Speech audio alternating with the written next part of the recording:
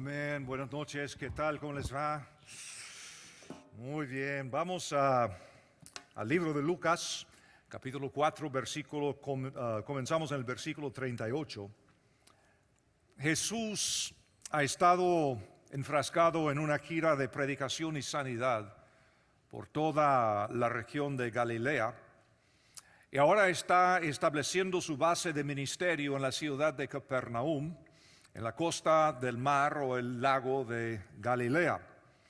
Y su ministerio no tiene estructura formal todavía y no ha extendido el llamado del discipulado a ninguno de sus seguidores. Es decir, es muy temprano en el ministerio de Jesús. No obstante, ya se encuentra estableciendo un modelo de vida.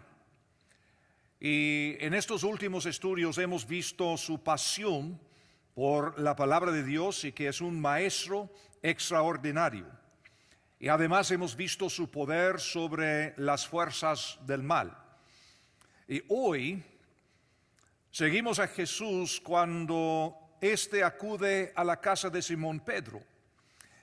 Y creo que hay tres características muy claras de su vida y de su ministerio que deben ser modelo para nosotros.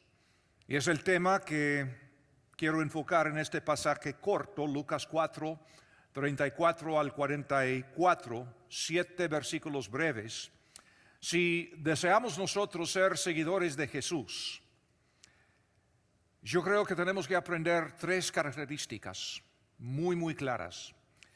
En primer lugar, tenemos necesidad de manos dispuestas a servir. En segundo lugar, un corazón compasivo. Y en tercer lugar, una mentalidad del reino.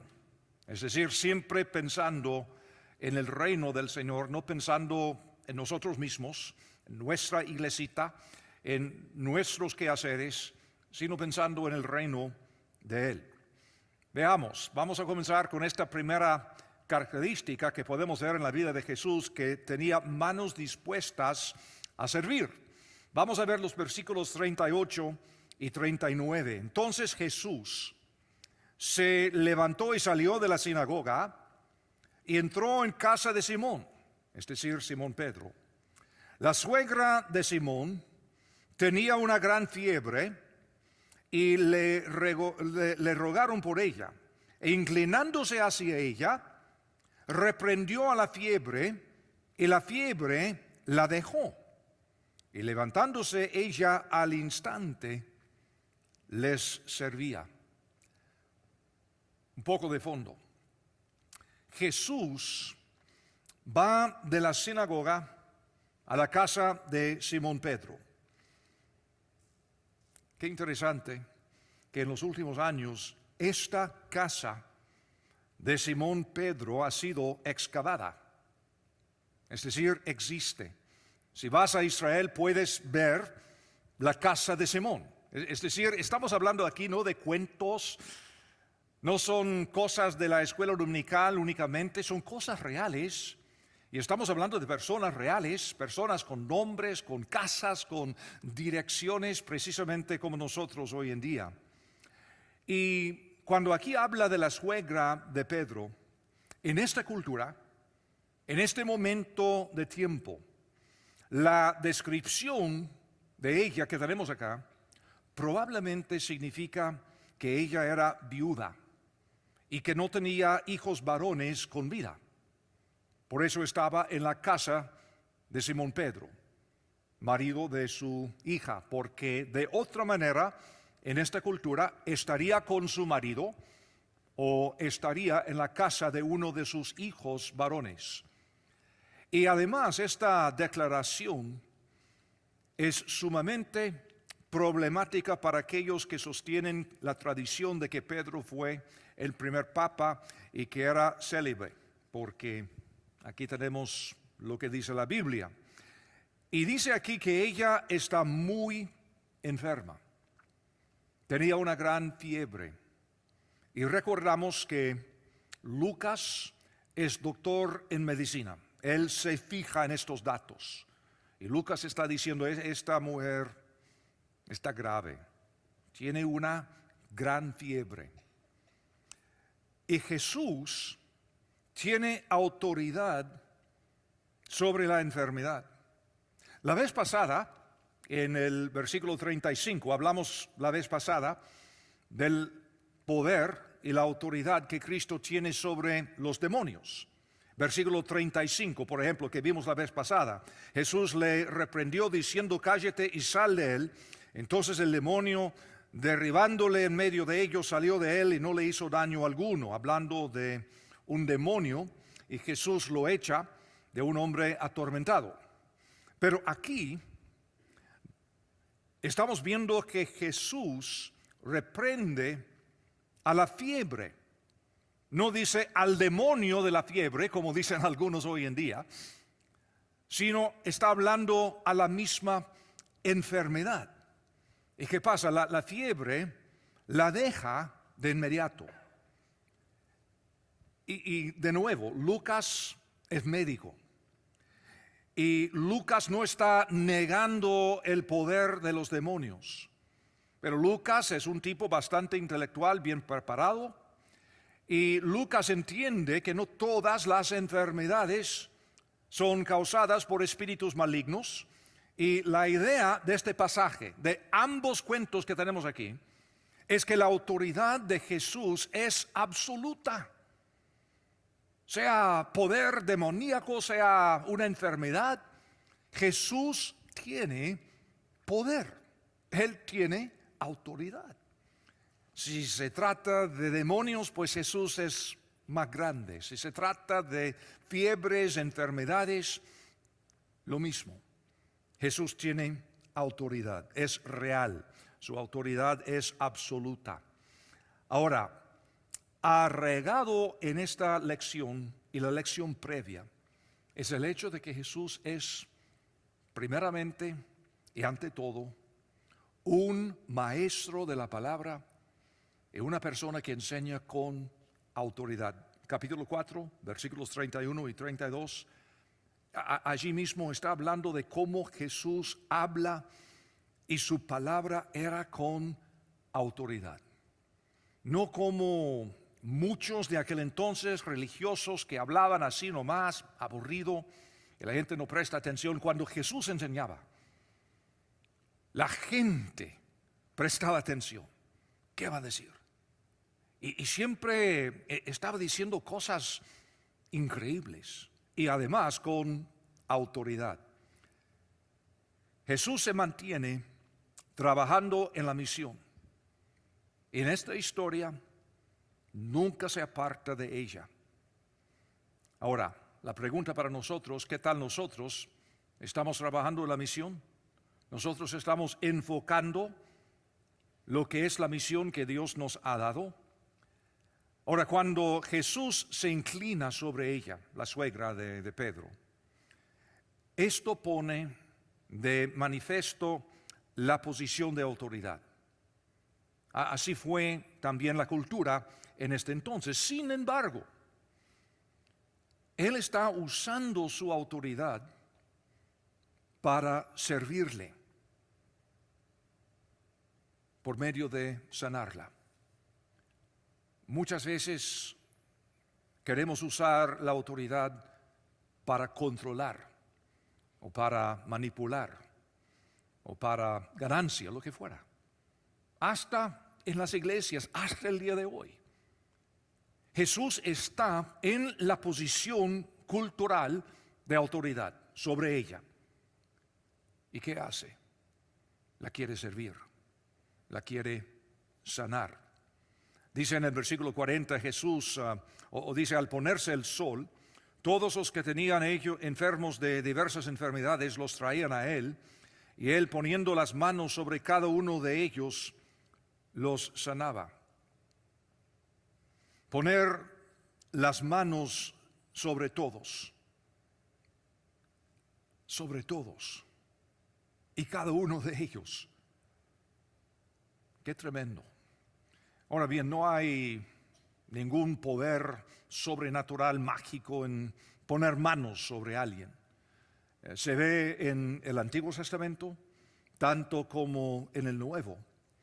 Y en todo caso es señal de dos cosas: compasión y a la misma vez identificación.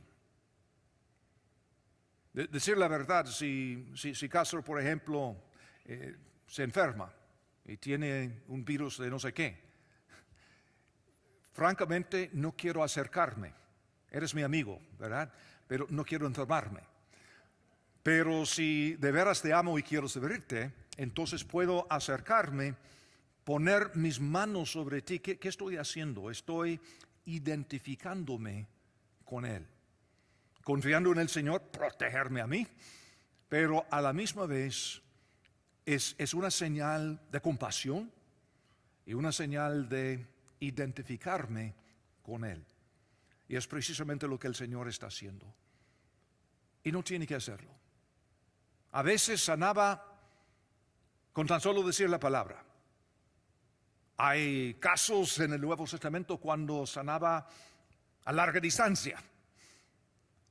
Pero cada vez que hace algo así, a la misma vez que está sanando, está enseñando.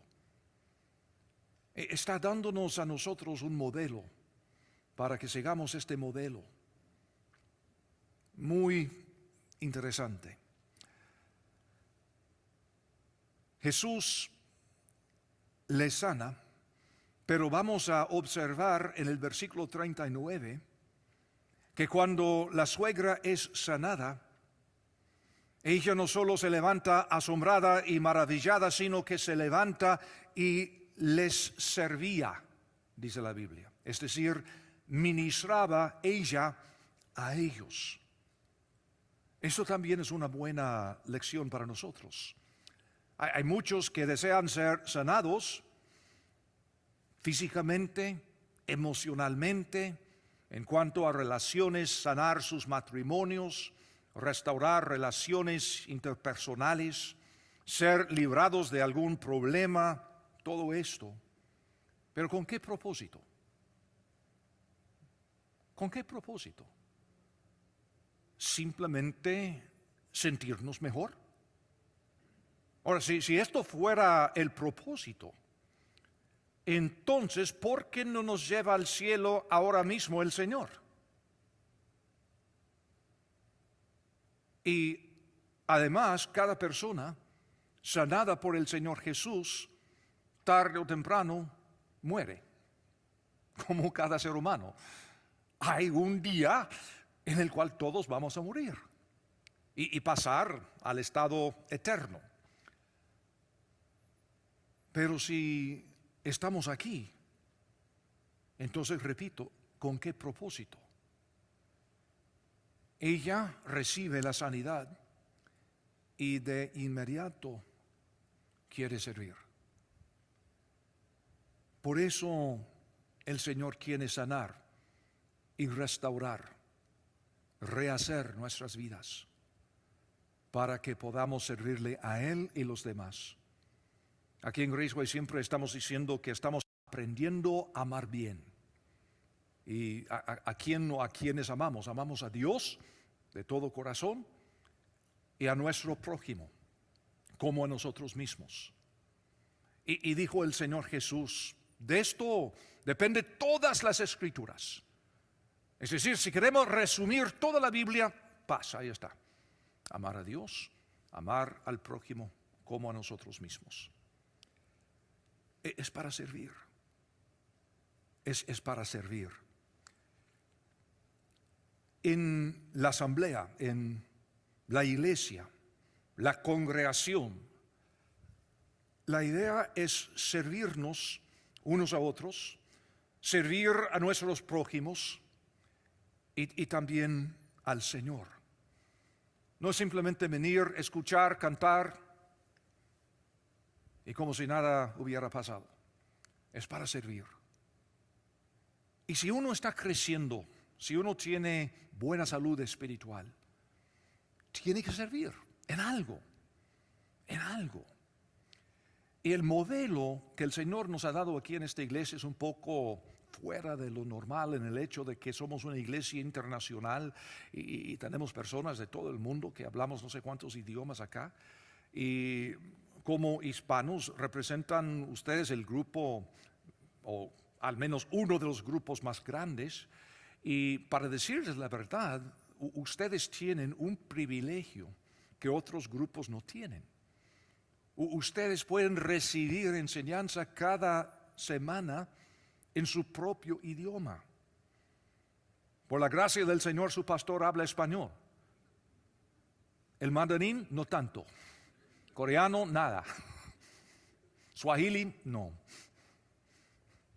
Inglés, español, un poco alemán, pero fuera de eso lo siento mucho. Y ustedes tienen este privilegio. Me da tanto gozo al ver a algunos de ustedes sirviendo a nivel iglesia. ¡Qué bendición! Yo sé que todo el mundo dice, bueno, yo quiero servir dentro del ministerio hispano. No, somos la iglesia, por eso no tenemos un grupo aquí, un grupo ahí. Ahí están los chinos, ahí están los coreanos, ahí están los latinos, ahí están los africanos. No, somos la iglesia, todos somos la iglesia. Y la idea es servir entre todos. Y por eso cuando veo a algunos de ustedes manejando buses o sirviendo de ujieres o lo que fuera, qué cosa, esta es la idea. Claro que hay necesidades dentro. Bueno, los domingos por la mañana tienen una clase de adultos en español para ustedes que lo desean. Los miércoles y algunos cantan y otros hacen otras cosas, gracias al Señor. Pero somos la iglesia y no importa cuál idioma hablamos. Necesitamos que más de ustedes estén participando, por ejemplo, con los niños en la escuela dominical. Y algunos dicen, pero mi inglés no es muy bueno. ¿Quieres mejorar tu inglés? De veras, qué lindo aprender de los niños. Si uno de veras quiere aprender un idioma, uno de los métodos más seguros es escuchar a los niños, hablar con los niños. Anímense. Hay tantas oportunidades y tantas necesidades.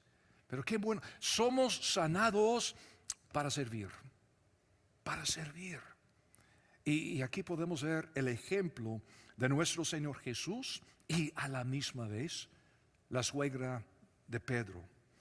Y otra cosa que podemos aprender aquí viendo este ejemplo es la autoridad que tiene Jesús sobre los demonios, sobre la enfermedad.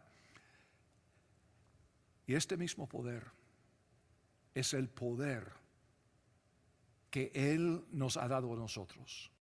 Por ejemplo, Mateo capítulo 28, que llamamos la Gran Comisión, versículo 18, Mateo 28, 18. Y Jesús se acercó y les habló diciendo, toda potestad me es dada en el cielo y en la tierra.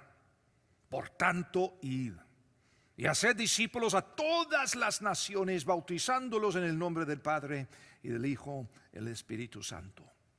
Toda autoridad. Por tanto, id. Como consecuencia, como resultado, por ende, lo que quieras decir, por esta autoridad que hemos recibido, vamos entonces a la misión. Porque la autoridad de Jesús se ha delegado a nosotros. En Juan 20, versículo 21, tenemos algo que corresponde a lo que tenemos en Mateo capítulo 28, Juan 20, 21. Entonces Jesús les dijo otra vez, paz a vosotros. Y entonces dijo estas palabras famosas, como me envió el Padre, así también yo os envío. Así también yo os envío. Colosenses, capítulo 2, versículo 10. Y vosotros estáis completos en Él,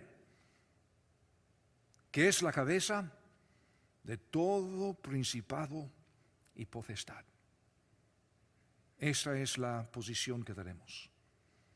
¿Tenemos luchas nosotros y necesitamos crecer? Por supuesto que sí. Pero nunca debemos olvidar que estamos completos en Cristo y que estamos firmes nosotros en su autoridad. Y por eso, como seguidores de Cristo Jesús, podemos tener una confianza. Y la confianza y la arrogancia son dos cosas diferentes.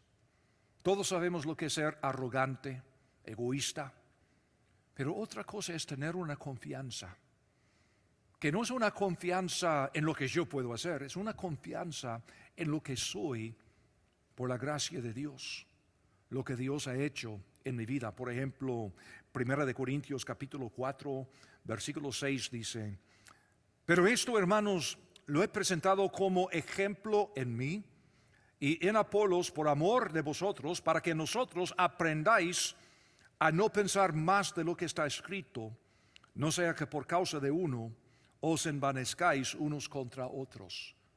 Ahora, qué interesante, porque ahí Pablo está diciendo: oigan, tienen a nosotros como modelo, síganos, yo y Apolos, porque nosotros estamos viviendo vidas que son modelos. Así es el discipulado, esto es hacer discípulos, vivir una vida tal que otros pueden seguir lo que estamos viviendo, lo que estamos haciendo.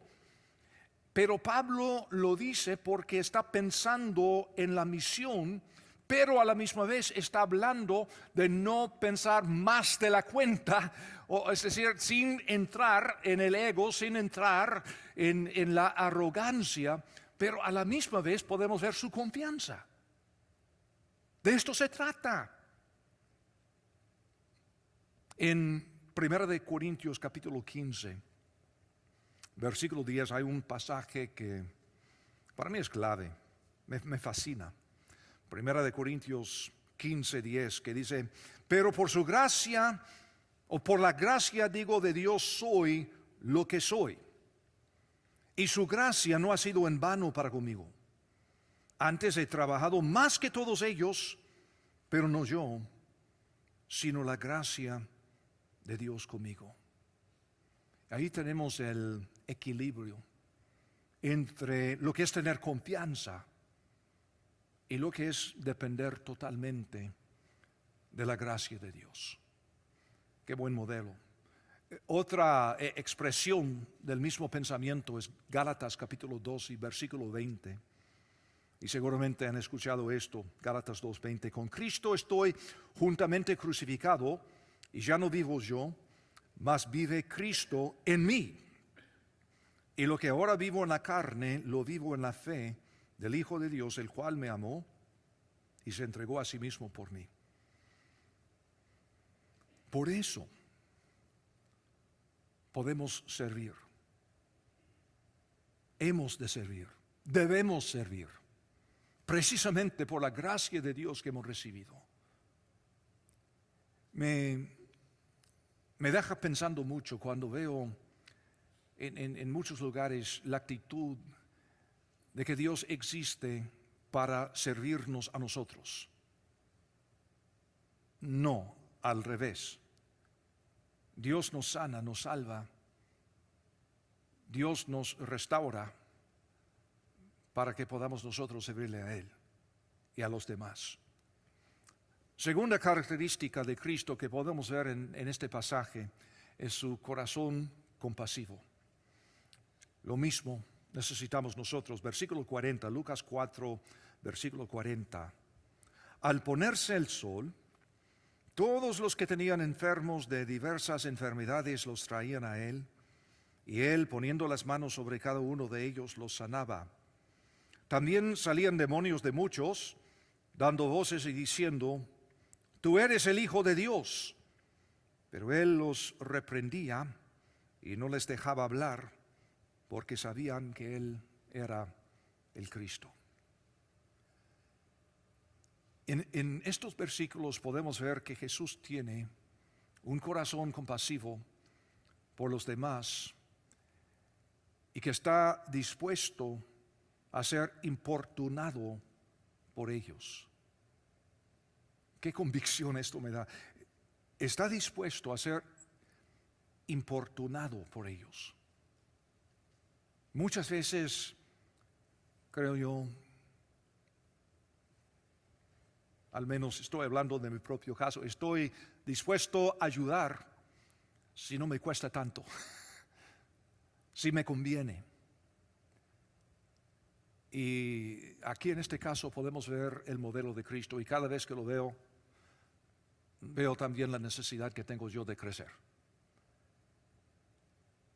Podemos imaginar el revuelo causado cuando la noticia corre de que la suegra de Pedro ha sido sanada.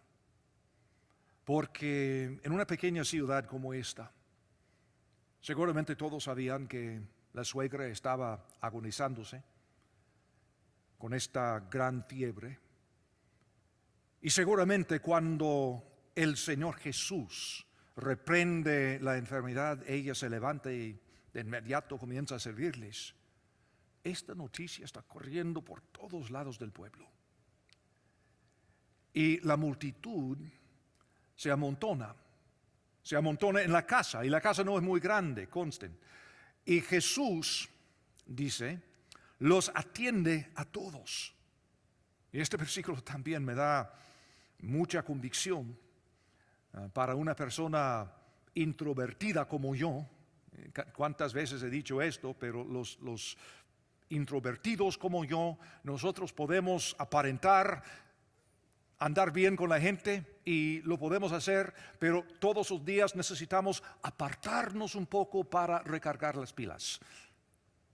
Los extrovertidos son aquellos que buscan a la gente para recargar las pilas. Esa es la diferencia. Hay personas extrovertidas que no son, digamos, personas que hablan mucho, que hablan fuerte, pero son personas que buscan a otros para su nutrición emocional. Las personas introvertidas, pues podemos hablar en público y todo esto y aparentar personas normales. Pero cada día necesitamos un tiempo para recargar las pilas y estar a solas. Y cuando veo a Jesús, digo, wow, Jesús, qué tremendo.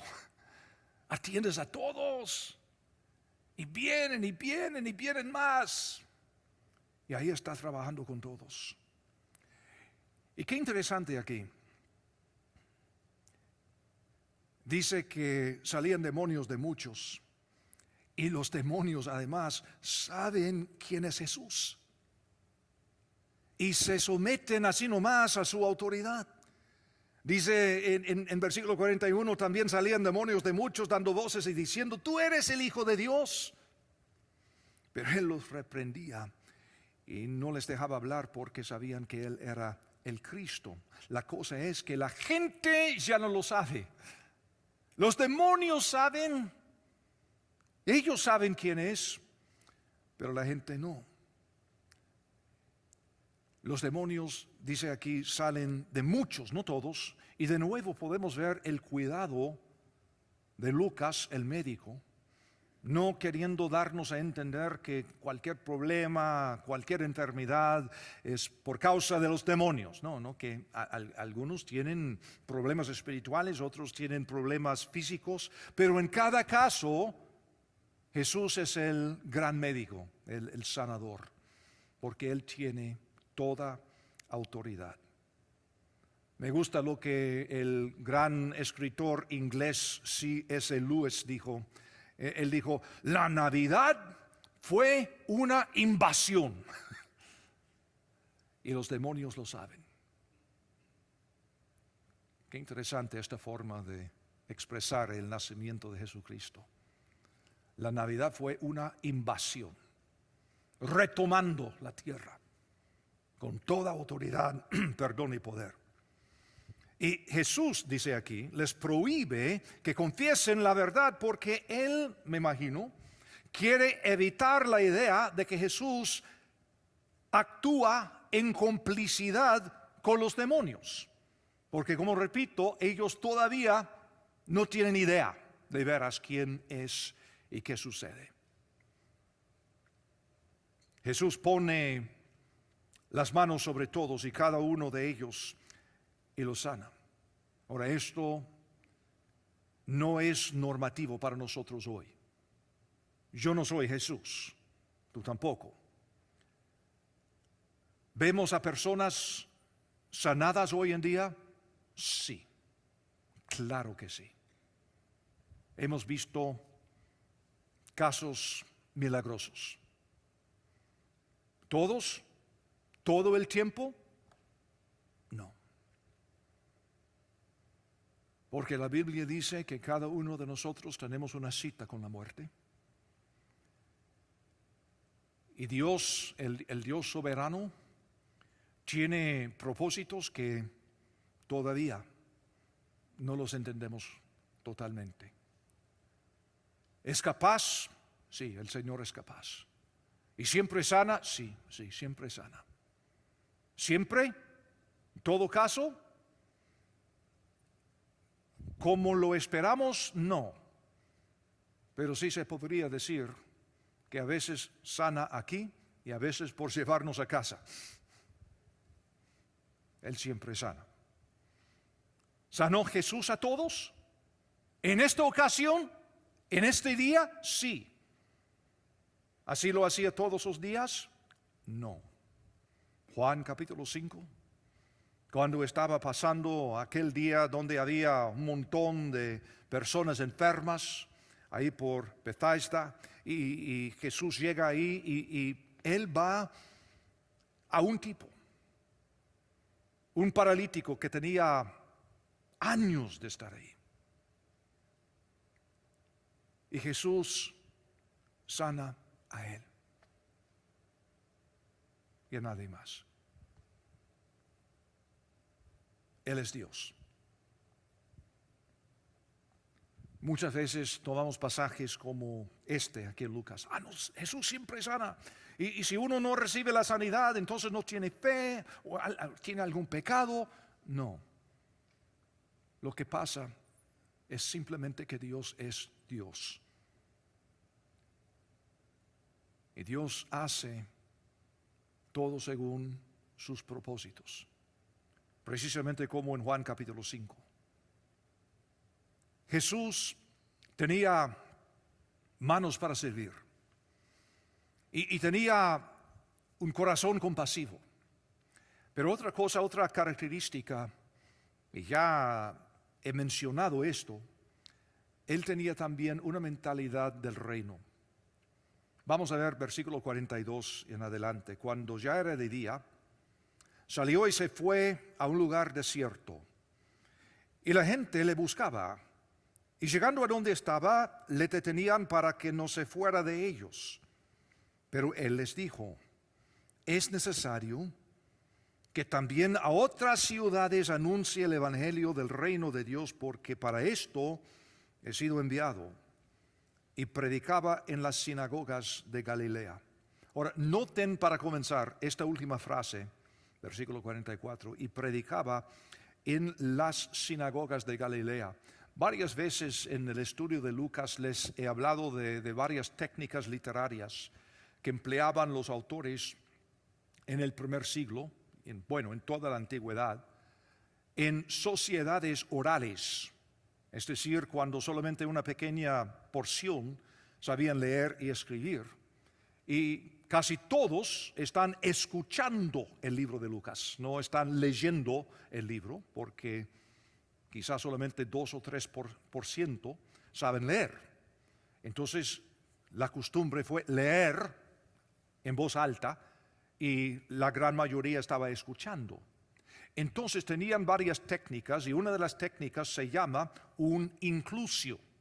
Yo siempre digo que el inclusio es como dos marcos para decir de qué se trata lo que está en medio. Y lo que se dice aquí en versículo 44, predicaba en las sinagogas de Galilea, forma un inclusio con lo que vimos en los versículos 14 y 15. Y Jesús volvió en el poder del Espíritu a Galilea y se difundió su fama por toda la tierra de alrededor y enseñaba en las sinagogas de ellos. Con esto Lucas está señalando, esta porción se trata de esta gira de predicación y sanidad que el Señor hacía en las sinagogas de Galilea. Es decir, que ahora vamos a pasar a otra cosa. Pero así era en aquel entonces, para que la gente supiera, sí, cómo no, claro que sí. Y su forma de escribir siempre tenía estas ayudas. Por ejemplo, en la genealogía de Mateo. Mateo da, tal y tal y tal y tal, 14 generaciones, fulano, sotano, 14 generaciones. Entonces, ayudando al lector memorizar y recordar cosas importantes. Así que todo esto tiene que ver con lo que Jesús hacía en las sinagogas de Galilea. Ahora, ¿qué sucede? Jesús va a un lugar desierto a reposar, a estar solas, a pensar o a orar quizá. Hay un momento de laborar hasta quedar exhausto. Jesús es Dios. Jesús es humano. Las dos cosas. Tenía sed, tenía hambre, se bañaba, se comía y también de vez en cuando andaba muy cansado y tuvo que descansar. Hay un momento en las vidas de todos nosotros, introvertidos o extravertidos, donde tenemos que alejarnos de todo el ruido y todos los quehaceres cotidianos y descansar. Es necesario. Y vieras qué difícil en esta sociedad. Muchos trabajan 2, 3 empleos, además familia, estudios, iglesia. Pero de alguna forma, de vez en cuando es necesario hacer lo que Jesús hace. ¿Y qué sucede con Jesús? Aún en sus momentos de descanso, de vez en cuando la gente lo busca, lo encuentra, precisamente así. Así es la vida de todos nosotros. Ni tiene que ser pastor ni médico, aún siendo padre o madre. Hay muchas veces cuando estamos a este punto de no poder tomar otro paso y nos sentamos y de repente un grito de otro lado, uno de los niños o quizá los 5 niños a la vez. ¿Y qué tenemos que hacer? Levantarnos. Y tenemos que atender cualquier necesidad que haya.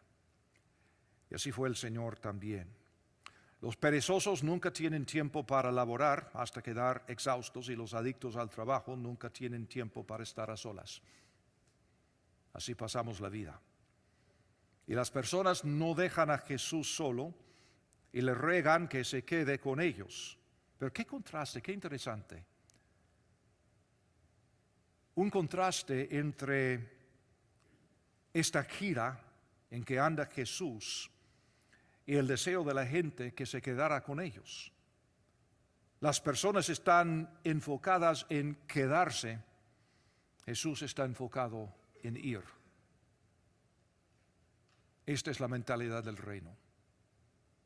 Nosotros queremos quedarnos y estar cómodos y seguros. Jesús nos ha dicho ir. Seguir adelante. Y Lucas en sus escritos, otro factor de sus escritos, otra técnica que usa, Lucas registra varias cosas que a Jesús, dice Lucas, le era necesario. Y aquí le dice, le era necesario ir a otras ciudades, anunciar el Evangelio también, porque para esto, dijo el Señor, he sido enviado. Jesús sale de un lugar en donde le necesitaban con desesperación para irse a un lugar donde le necesitaban con desesperación. Qué interesante eso. Siempre había necesidad donde estaba, ahí en Capernaum, ahí con la suegra en la casa de Pedro. Siempre había mucha necesidad. Pero Jesús dice, también hay otras ciudades, también, porque para esto he sido enviado. No es la necesidad que nos debe motivar, sino la misión y donde el Señor nos guía. ¿Dónde nos quiere Dios? No es la necesidad. La pregunta es, ¿dónde nos quiere Dios? Jesús dijo, también a otras ciudades. Y siempre estamos diciendo aquí que no podemos dejar de alcanzar nuestra propia comunidad, esta ciudad, nuestros barrios, aquí mismo. Pero nosotros también tenemos un también. También hay otras ciudades. Siempre hay un mensaje que comunicar aquí mismo, pero igual a Jesús, si tenemos una mentalidad del reino, hay otras ciudades también. Y por eso vamos a Taiwán, a China, a la India. Por eso nosotros dos vamos a Monterrey la otra semana. Por eso vamos a Irak, Turquía, Egipto, Marruecos, Francia, Holanda, Alemania, Inglaterra, Australia. Tantos lugares. ¿Por qué? Porque hay otros lugares también. ¿Hay necesidad aquí en esta ciudad? Claro, claro que sí. Y no podemos hacer menos aquí, pero hay otras ciudades también.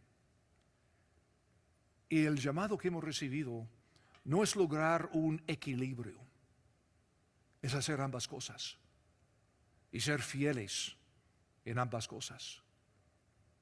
Fieles a proclamar el Evangelio aquí mismo, amar bien a Dios, a nuestro prójimo, y a la misma vez pensar en las otras ciudades también, como Dios nos da oportunidad. Y por eso digo que Jesús tenía esta mentalidad del reino, porque siempre está viendo lo que llamamos a veces el cuadro grande. Él está viendo que sí, pero hay otras ciudades también. Y Jesús comprende que Él ha sido enviado.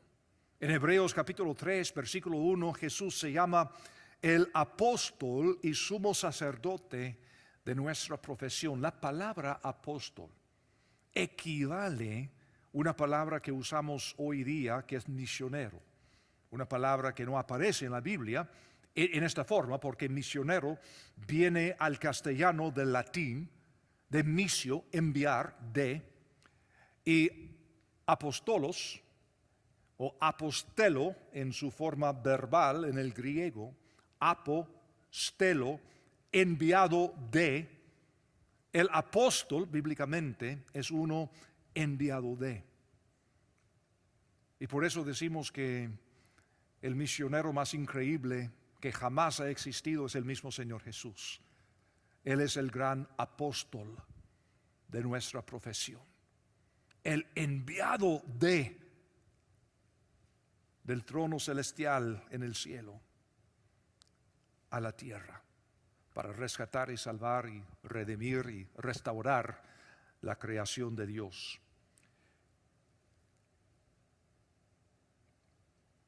Le decimos muchas veces a la gente que invite a Jesús a entrar en sus vidas. Ahora, quiero que sepan que esta frase no aparece en la Biblia. Entiendo la idea, de acuerdo, fantástico aceptar a Cristo, como decimos. Pero la verdad bíblica es Jesús el que nos está invitando a tener su vida. Esta es la invitación. Y por eso no puedo estarme quieto. Porque la pasión que está dentro es la misma pasión que Dios tiene. Alcanzar hasta el fin del mundo, hasta los lugares más remotos del planeta, porque todavía hay algunos que no han escuchado. Casi la mitad de la población mundial hoy en día, con toda la tecnología que tenemos, y casi la mitad del mundo no sabe quién es Jesús. Jesús se centraba en su ministerio, no en Jerusalén, donde estaba el templo y donde estaban todos los religiosos. Jesús enfocaba Galilea. En la Biblia Galilea se llama Galilea de los gentiles, porque los judíos eran una minoría, quizá máximo 20%. Y esta es la zona en donde se crió el Señor Jesús y todos sus apóstoles. Una zona mezclada, una zona multicultural, multiétnica. Allí andaba Jesús. Y siempre estaba predicando a todos. Un evangelio universal para todos. Y este es el cuadro que el Señor nos ha dado. El otro día alguien me estaba diciendo que visitó por primera vez. Estaba aquí un domingo y estaba viendo a su lado y observa a una mujer tomando notas en chino. Y es algo que sucede. Hay personas tomando notas en francés y kurdo y darí o parsi o lo que fuera, varios idiomas que ni sé cuáles son, y personas que llegan de no sé cuántos lugares del mundo. Allí mismo conocí a una pareja el domingo pasado, el señor de Ucrania, su esposa de Tayikistán. Aquí está por primera vez y este año hemos visto bautizos de la Arabia Saudita, Egipto, Afganistán, lugares así. Aquí, el mundo está aquí. El mundo está aquí. Pero allí también. Este es el punto. Esta es la visión de Jesús. Y cuánto gozo me da. Y esto sucede a menudo. Cuando hispanos se me acercan los domingos y me dicen, pastor, quiero que conozca a mis invitados, y no son hispanos. Hace poco una pareja de Irak y hace poco una pareja de no recuerdo dónde. O sea, a cada rato estoy viendo a ustedes crecer en compasión y en misión, en mentalidad del reino, entendiendo que la meta no es ganar a otros hispanos, la meta es ganar a gente, punto, a personas, no importa de dónde fueran. Mateo capítulo 28, esta gran comisión, qué lindo observar lo que dice. Toda potestad, todas las naciones, literalmente grupos étnicos, todas las cosas, siempre. A mí me gusta este resumen de la misión. Toda potestad, todas las naciones, todas las cosas, siempre. Esta es la misión que tenemos. Y esta es la transformación que buscamos en nosotros. Vamos a orar. Padre Santo, gracias te damos por invitarnos a ser tus socios en esta misión. Señor, seguramente no somos dignos de tu atención, de tu amor, pero te damos gracias, te alabamos porque nos has amado a tal grado que has enviado a Jesús a morir en nuestro lugar, a resucitar al tercer día, a salvar y restaurar nuestras vidas, nuestras familias, nuestras comunidades. Señor, te suplico, que podamos meditar sobre lo que es tener manos para servir y corazones compasivos y una mentalidad del reino, tu reino, Señor. Gracias por amarnos tanto. En el nombre de Cristo Jesús, nuestro Salvador. Amén. Marco.